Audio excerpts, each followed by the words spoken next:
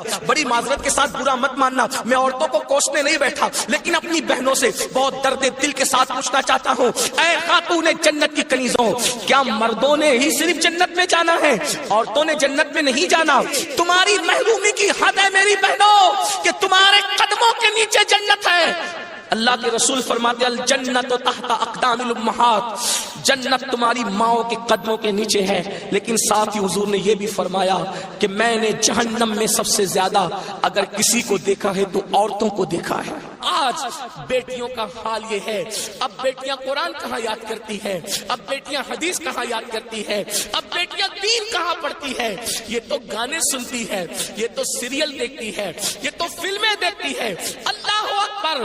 قوم کی جو بیٹی بالغ ہونے سے پہلے سیریلوں میں بھاگنے اور بھگانے کے مناظر دیکھے گی، قوم کی جو بیٹی جوانی کی دہلیز پر قدم رکھ کر فلموں میں زنا کے مناظر دیکھے گی، پھر وہ گندگی نہیں کرے گی تو کیا کرے گی؟ وہ جرائم نہیں کرے گی تو کیا کرے گی؟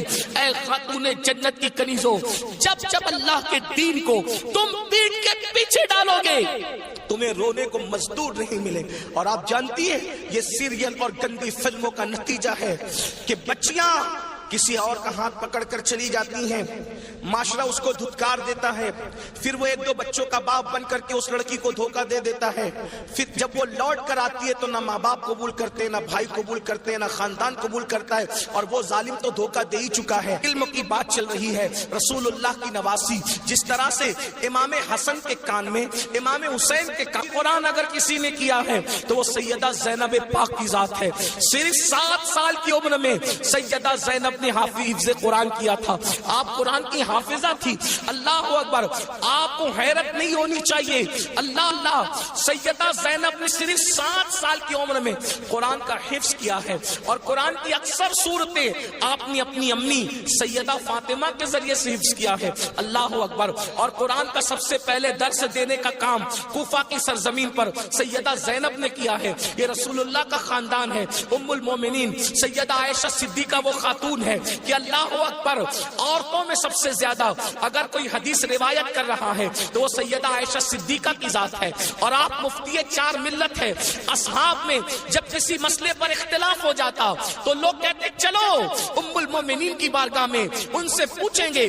حیرت کی بات ہے، مردوں کا علم اختلاف اگر کسی کا قول فیصل کی حیثیت سے ختم کرتا ہے تو اسے ام المومنین سیدہ عائشہ صدیقہ کے نام سے جانا جاتا ہے۔ یہ علم ہے، یہ عورتوں کے پاس علم ہے۔ اسی طریقے سے اللہ اکبر، امام جعفر صادق کی بہو ہے، امام جعفر صادق کی بہو ہے، یعنی امام حسین کے خاندان کی بہو اور امام حسن کے خاندان کی بیٹی، ان کو دنیا نفیسۃ العلم کہتی ہے، اور ان کو نفیسہ مصری بھی کہا گیا ہے۔ یہ اپنے شوہر کے ساتھ مدینہ منورہ سے ہجرت کر کے مصر آ گئی تھی، اور جب مصر آئی ہے اور امام جعفر صادق کے علم کی خیرات جب بانٹنے کے لیے بیٹھی ہے تو میری بہنوں آپ کو حیرت ہوگی، حضرت نفیسۃ العلم جسے نفیسہ مصری کہتے ہیں، جب پردے میں بیٹھ کر لوگوں کو قرآن و حدیث کا علم دیتی تو پردے کے پیچھے بیٹھ کر علم حاصل کرنے کے لیے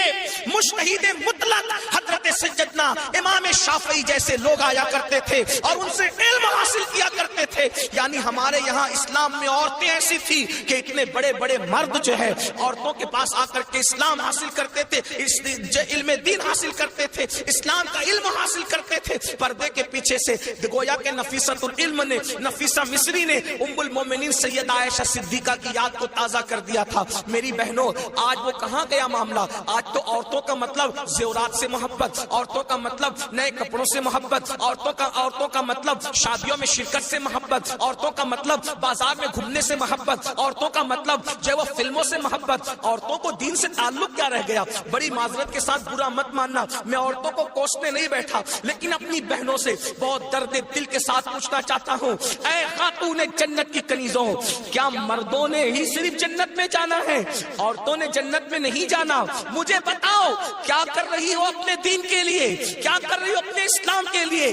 تمہاری محرومی کی حد ہے میری بہنوں کہ تمہارے قدموں کے نیچے جنت ہے۔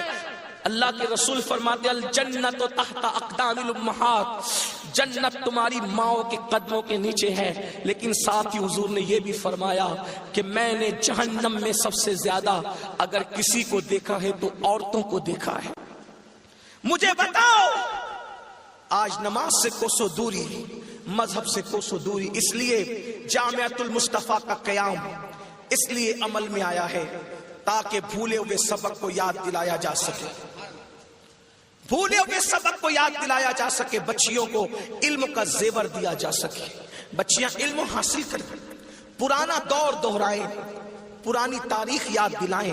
لوگ کہتے ہیں تاریخ اپنے آپ کو دہراتی ہے، دنیا آج کہہ رہی ہے بیٹی بچاؤ بیٹی پڑھاؤ، 1450 سال پیچھے ہے دنیا اسلام سے، دنیا آج کہہ رہی ہے بیٹی بچاؤ بیٹی پڑھاؤ۔ میرے نبی نے 1450-1500 سال پہلے بیٹی بچا کر بھی بتا دیا اور بیٹی پڑھا کر بھی بتا دیا۔ اللہ کے رسول نے بیٹی بچایا تو ایسے بچایا کہ بیٹیاں ان کے آنے